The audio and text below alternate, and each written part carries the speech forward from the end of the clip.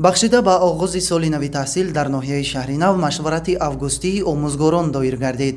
Дар кори машварат роҳбарияти ноҳия, намояндаи вазорати маориф ва илм ва омӯзгорону муҳассилини муассисаҳои таълимӣ иштирок намуданд. Қабл аз оғози чорабинӣ намоиши дастовардҳои хонандагону омӯзгорон ки давоми соли таҳсили 2023-2024 ба даст овардаанд, пешниҳоди ҳозирин гардонида шуд. Сипас дар ҳузури иштирокчиён аз корҳои анҷомдодашудаи соҳаи маорифи ноҳия дар соли сипарӣ гардида натиҷагирӣ карда шуда, баҳри боз ҳам рушду такомул додани савияи дониши хонандагон ва нисбатан беҳтар намудани сифати таълим дар соли навихониш, нақшаву тадбирҳои муҳим пешниҳоди аҳли машварат гардонида шуд. ҳоло дар ноҳия 61 муассисаи таълимӣ, аз ин 56 муассисаи таҳсилоти умумӣ, як мактаб-интернати ҷумҳуриявӣ, 2 литсеи хусусӣ ва литсеи давлатӣ барои хонандагони болояқат арзи вуҷуд доранд. Дар соли таҳсили 2023-2024 дар муассисаҳои таҳсилоти умумии ноҳия 1728 нафар омӯзгорон ба кори таълиму тарбия ҷалб карда шуданд. Дар ин баробар барои бартараф кардани норасоии кадрҳои омӯзгорӣ дар муассисаҳои таълимӣ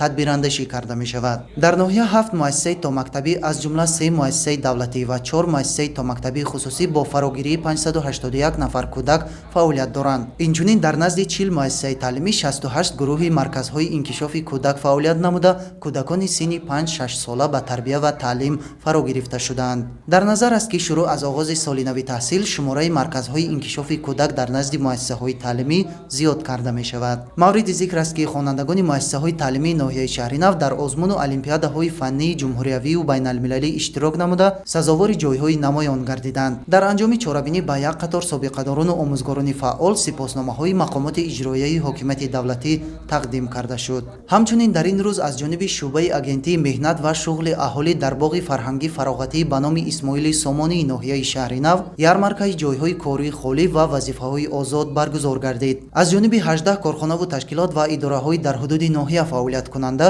зиёда аз 370 ҷойи кории холӣ ва вазифаҳои озод пешниҳоди сокинон карда шуд.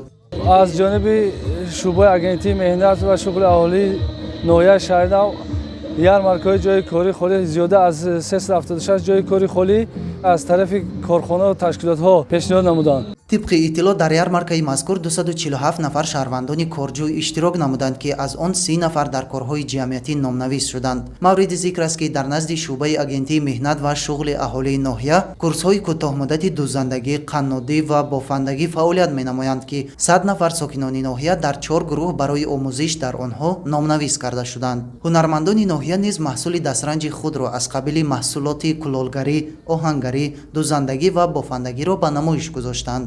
мо дида истодем ки мардум бисёр ҷамъ шудааст, мардуми ноҳия, ва метавонанд ки мардуме ки имрӯз бекоранд омада аз ин ҷо барои худ як кори мувофиқ интихоб кунанд ва дар оянда барои мана гулгулшукуфоии мамлакат, гулгулшукуфоии ноҳияи худамон, барои Тоҷикистони азиз шояд хизматҳои басаҳмонае гузоранд.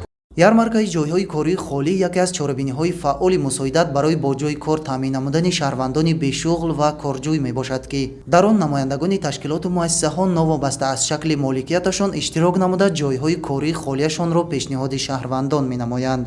чунин тадбирҳои муҳим барои бо шуғл фаро гирифтани сокинони ноҳияи шаҳри нав минбаъд низ доир карда мешавад.